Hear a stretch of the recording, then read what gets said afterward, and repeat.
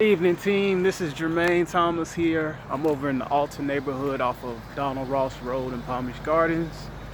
Just doing a walkthrough. Just want to speak to you guys about the state of some of the rideshare and gig economy. Share with you guys this beautiful, fresh, new neighborhood, Alton. I did so a few weeks ago. I was over that way where the raw juice company is, but while there's still some daylight, before it gets too dark, because I'm on duty with Postmates, but I can't get nothing to happen right now. So I'm committed this year, like I told you many times before, make the best use of my time and just share my voice, share my soul, my voice, my mannerisms, my way of doing and being with you all, and who I am and what these brands are doing, and how you can begin using them as a consumer with credit for you and your friends to begin receiving your goods at home. Shout out to the F class. They bamming. But Travis Scott straight up. I forget the name of that song, but I like it. But anyway, it's from Astro World. Travis Scott. I know it, but I can't call it. But anyway, I told y'all I like cars. Shout out to the S class. If y'all can see it over there, I might as well head there while there's some light. I want you to see Abacoa, because I'll tell family and friends about this. That's the Alton sign if you can see it. Donald Ross Road. Abacoa's been there since I was a teenager. When I was at Port St. Lucie High School, 2 counties to the north where I'm from. And as a high school football player, traveled a lot. So that's one of the perks of letting your children be in sports and activities. They begin seeing the world. Now, depending on what you're able to do in the youth of your family and starting your family, exposure is important. So I saw some really cool neighborhoods of all classes: urban, suburban, rural, as people like to say, country. This suburbs here. And my high school was somewhat suburban. It was of a suburban, I would say, style, socioeconomic status, kind of what you know, but definitely busing was in effect. They didn't call it busing, but in my education I learned that's what you call that when you take somebody from North Fort Pierce and send them to Port St. Lucie on the east side. But it all worked out for the better. They did the best they could, what they thought. And I met a lot of great friends. I ran some classmates today when I was doing roadie in Jensen Beach at Home Depot. I went away for college. I was gone. So it's great to see people in their adult and in their family life, see what they're doing, and maybe make that exchange. You got all these points of connection, Instagram, Facebook. These people got companies and all that now. All kind of people I know. Or we exchange points on jobs. So that's Abacoa in this sign. You can see a sign for Florida Atlantic University. There's a little more light than one of the last times I was here. That's the Alton sign, literally separated by Donald Ross Road. This is a emerging science and tech community. So when you hear of the research triangle, like North Carolina, all those great jobs, we got a little research situation in St. Lucie County. People are doing agricultural research and different kind of sciences of the food and agricultural. But there's some companies that way. If you can see that high rise on glass that way, that FAU is an extension campus. They're a part of FAU. But you have the Maxwell Planck, that white sign that way. It all depends, y'all. If I get that request on Postmates, I'm on here. I'm available. And I'm in a setting where there's enough stores and surrounding communities where I could get a request. So find my way back in here. It's wet. It's been raining. It's been raining most of the week. It's Thursday. This stuff started like Sunday. And just doing my best, y'all. Bring the sunshine, bring the light, bring the joy. But just want to let you guys know I was just listening to that ESPN. I got YouTube Premium. I was listening to this ESPN talk with Richard Sherman, a Stanford alumni, and Seahawk Super Bowl champion. He's also made a Super Bowl appearance, Super Bowl live here in Florida. Super Bowl 54 with the 49ers, and Chris Long. And you know, these people that work with ESPN, it's just good to hear it because it's like my dad say, I never want to be a dummy. I ain't never want to be no dummy. And that's what me and my brother and I got. So I want you guys to understand, don't endeavor to be so politically correct that you can't hear nothing. You get what I'm saying?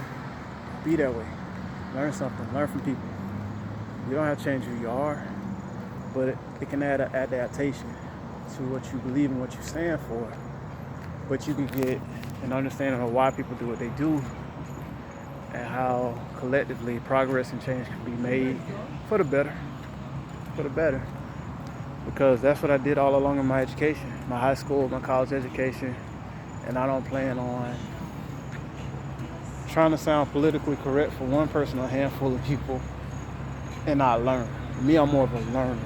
You may not see me be boisterous much because you may find something that may be a misstep, something that I posted or regrammed somewhere, Twitter, Instagram, Facebook. But I endeavor when I double back to keep what I desire to keep, but also, you know, make sure you're doing what you believe in the core of your beliefs, your foundation, your faith, what you believe, the ways of the world, which can encompass politics, it can encompass that policy, and all that good stuff. Also, listen to my frat brother, my friend, Tim Jones. He works in radio. I listened to that full episode earlier of today, and you got to really listen to a person to understand what they're saying. Don't get tripped up should you forgive. What he's saying is that he addressed a lot of things that some people may be of a different generation. They didn't cover all that in school. So you gotta listen to the whole thing. But in the end, forgiveness is of the faith that I'm of. And he said his upbringing, which was faith-based. You know what I'm saying? I don't want to put words in mouth, but I just want to say it in a way that you sure enough should understand. So I'm walking. I just got a request, but I don't want to end there. I wanted to share with you guys this community here. You see me pass the Starbucks here? This Starbucks, for example, you got Starbucks with Uber Eats and Postmates. You got Panda with Postmates. And I'm going to be careful crossing the street here. But I was beginning to speak to you guys about the politics or the current events, so that you guys be sensitive to another, sensitive to people as they rightfully and of due diligence express themselves and seek a better world, steps toward a better world. Join them. And to all my friends that feel like you have no voice, don't be afraid to say ethnic. Don't be afraid to say a color of a man or a woman's skin. It's like, I never really liked that. I understand if a saying says, as you say, just out of comfort, you say, I don't see color, but I want to encourage you this. It's okay to acknowledge a skin color, and you may not come from my neighborhood, my zip code. That ain't the first thing we getting offended by.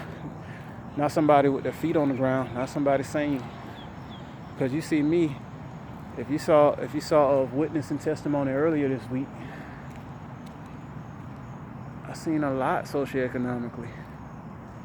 You know, I know what projects look like, and I know what suburbs look like. You see me comfortably walking in them, and I feel like I belong, and I feel like my friend Tim said earlier, because people endeavor to keep you true.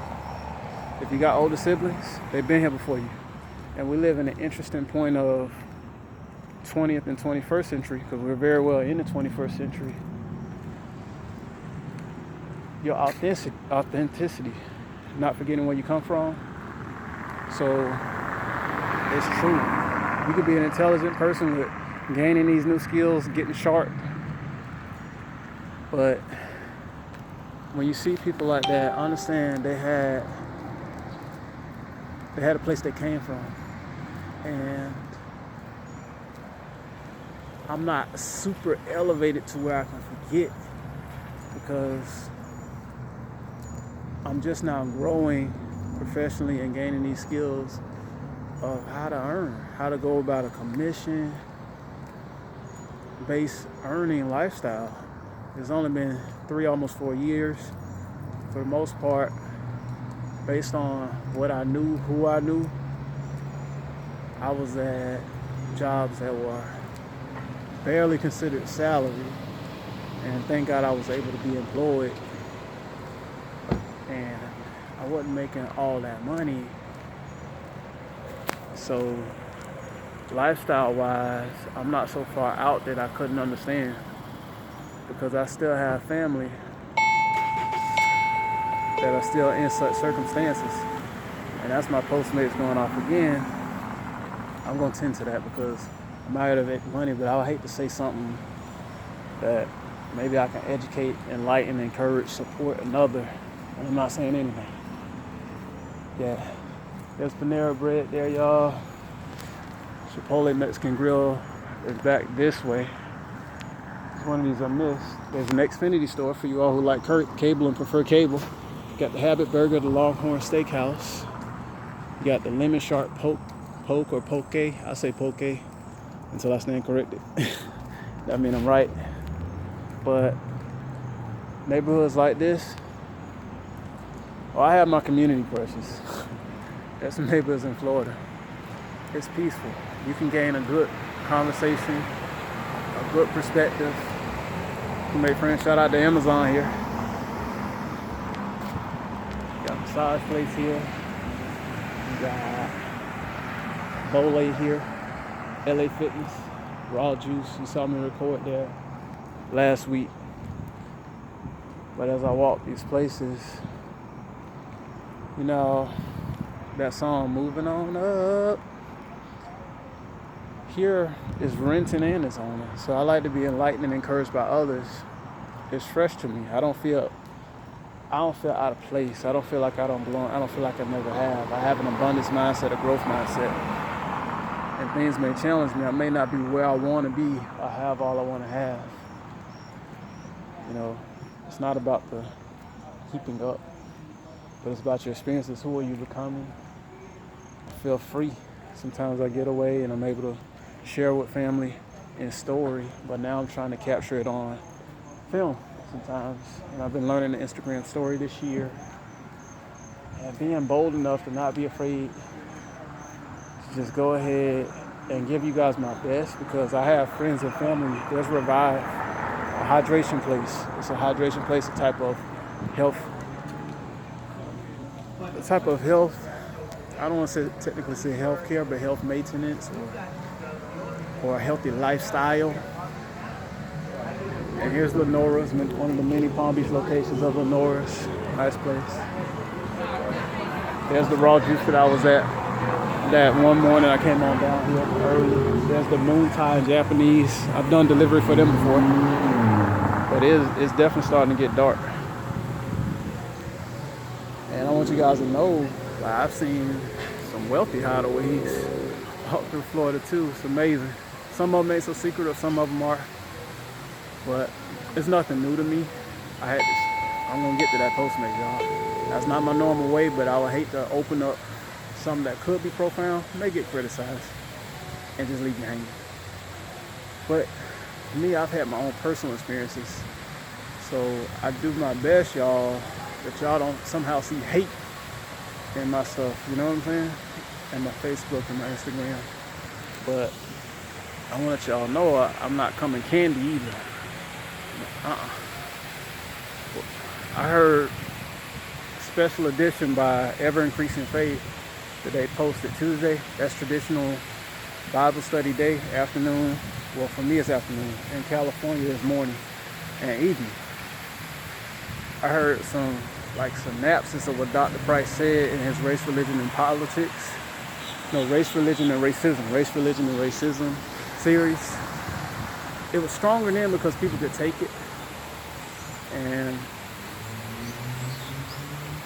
it's been so much buffering down that people, they almost want to come together in the peace without the resolution, without the resolving. And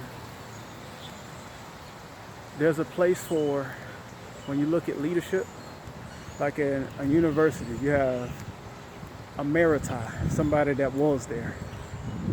When you look at present president, and past presidents, and present Supreme Court justices, and you have present and past, of the judicial branch, and the present and past of the legislative branch. That's the three branches of our government.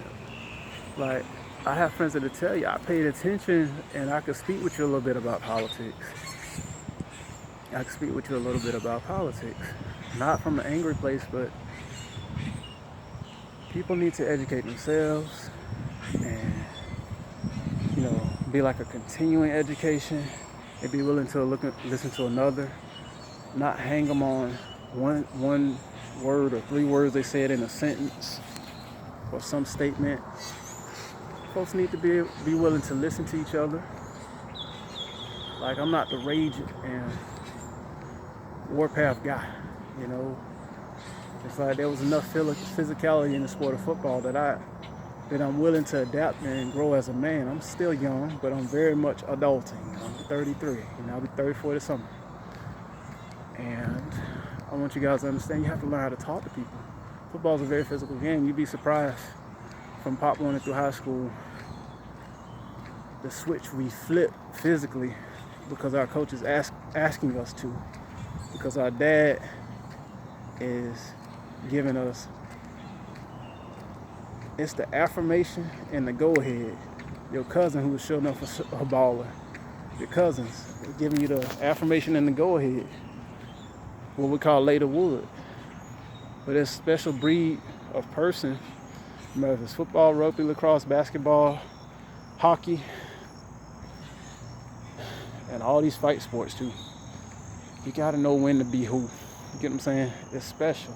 And I'm doing my best. I hope I don't end up making nobody cry. Ain't my game making somebody think, man, you crazy, or offending nobody. But I'm trying to communicate. It's like, listen to me, I'm talking. And I like to listen to people. But one of the most bothersome things to see as adults in this generation is people somehow will take one word, three words out the sentence or the whole statement. Don't like the person. Get a hold of three people so they collectively don't like the person. And I'm not crying about anything. Ain't nothing happened to me today. Not that I can recall. Things happen to me. And that's some of the narrative of what some of these men are saying, especially minority men of color, black men. Things happen to us daily. Like, things have happened to me before. But sometimes I forget so much happened. It's real. But that don't mean nothing happens to anybody else. There's discrimination too for a lot of people. Of course women catch discrimination. Of course white women catch discrimination. Of course black men catch discrimination. Of course biracial children and adults, people act like they don't know what to do with them. Because it's like the parameters of prejudice sometimes are put on you because of, the neighborhood or people you're related to. But those are of genetics. The recessive and the dominant of somebody's genetics, what they look like before you. But we're of one race, human race. So don't be afraid to state the difference, see the differences, but don't miss out on the fun of life because you don't deal with anybody. Just deal with people and seek to learn of the traditional education in school, and listen to people when they could potentially have your answer. If you got time on your hands, it don't mean don't do your schoolwork, don't mean don't do your job, it don't mean don't tend to your family, your children or adults that you care for and all of that. But somehow this conversation went this way, And I would hope that it didn't offend you or you somehow find me ignorant. But I hope I made sense to you. That sometimes that's all I've ever asked for, because my experience has been different. I played on the football team for what some would call a predominantly white high school. And I mean, everybody on the campus was white, but you might as well say it was about 51% white. It was comprised of other minorities, but I went to schools like that all my life. But that doesn't mean the hood wasn't present. That doesn't mean blacks weren't present. We were very much present.